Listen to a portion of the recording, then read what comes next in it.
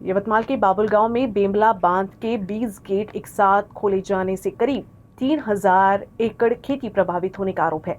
आम आदमी पार्टी ने किसानों को हुए नुकसान के लिए 75,000 रुपए प्रति हेक्टेयर मुआवजा देने और पूरे मामले की जांच करने की मांग की है। बेमला बांध में बड़े पैमाने पर पानी छोड़े जाने के बाद नांदुरा, नांदे, सावंगी, वाटखेड़ समेत कई गांवों की खेत जमीन और फसलों को नुकसान पहुंचा है। आम आदमी पार्टी के मुताबिक खड़ी फसल, उपजाऊ मिट्टी, पानी की मोटर, पाइपलाइन और अन्य कृषि सामग्री भी प्रभावित हुई है। पार्टी ने प्रभावित सभी किसानों के तत्काल पंचनामा कर नुकसान भरपाई की मांग की है। आम आदमी पार्टी ने बांध के गेट खोलने के फैसले की जाँच की मांग की है। पार्टी का सवाल है कि पानी छोड़ने से किसानों को होने वाले संभावित नुकसान का आकलन किया गया था या नहीं।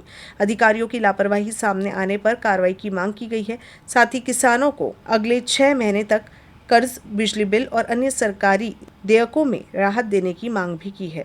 यवतमाळ जिल्हा आम आदमी पार्टीच्या वतीने जिल्हाधिकारी कार्यालयात पोहोचून जिल्हाधिकारी साहेबांना निवेदन देण्यात आले।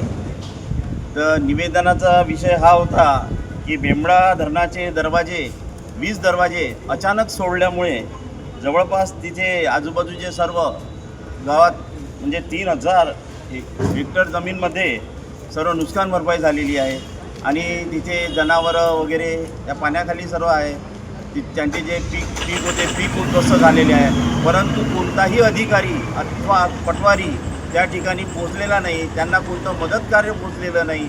आणि यामध्ये त्यांचा समजा अशा परिस्थितीमध्ये अगर शेतामध्ये काही शेतकरी किंवा मजूर असते आणि जीवितहानी झाली असती तर या सर्व गोष्टीला जबाबदार कोण होतं याची शासनाने दखल घेतली नाही। तरी त्याकरता शासनाने त्वरित दखल घ्यावी आणि झालेल्या नुकसान भरपाईची 75,000 रुपये हेक्टरप्रमाणे त्यांना आर्थिक मदत म्हणून नुकसान भरपाई देण्यात यावी।